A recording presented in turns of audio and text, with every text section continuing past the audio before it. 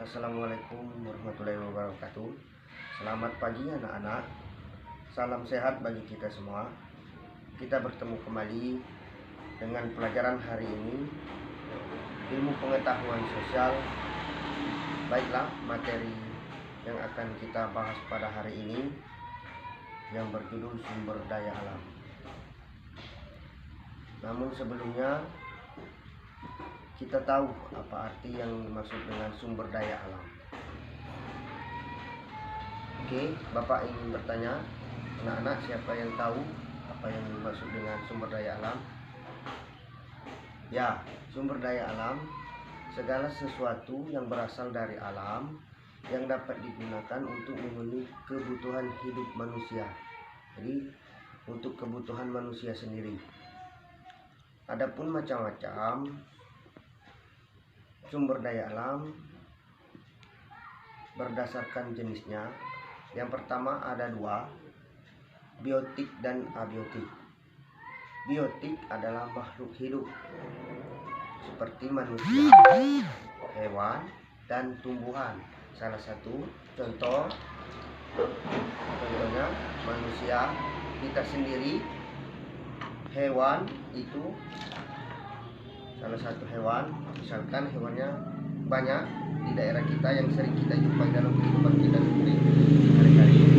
Sedangkan tumbuhan begitu juga, banyak juga, ada banyak pohon yang terdapat di tempat kita. Abiotik seperti benda mati. Contohnya air, tanah, gas, dan bumi.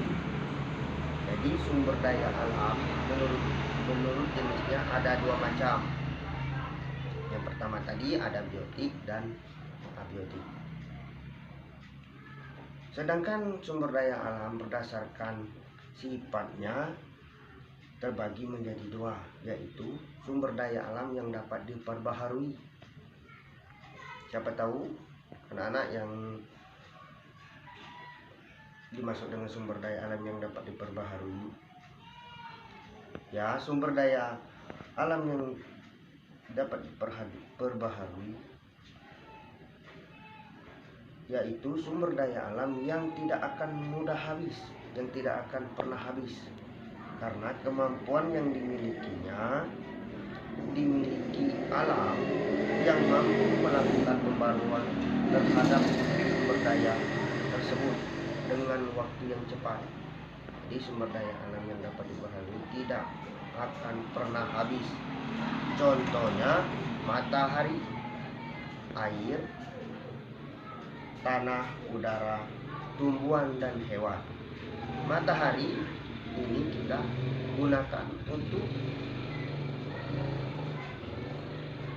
menjemur pakaian, sedangkan air untuk kebutuhan hidup, untuk minum, dan sebagainya.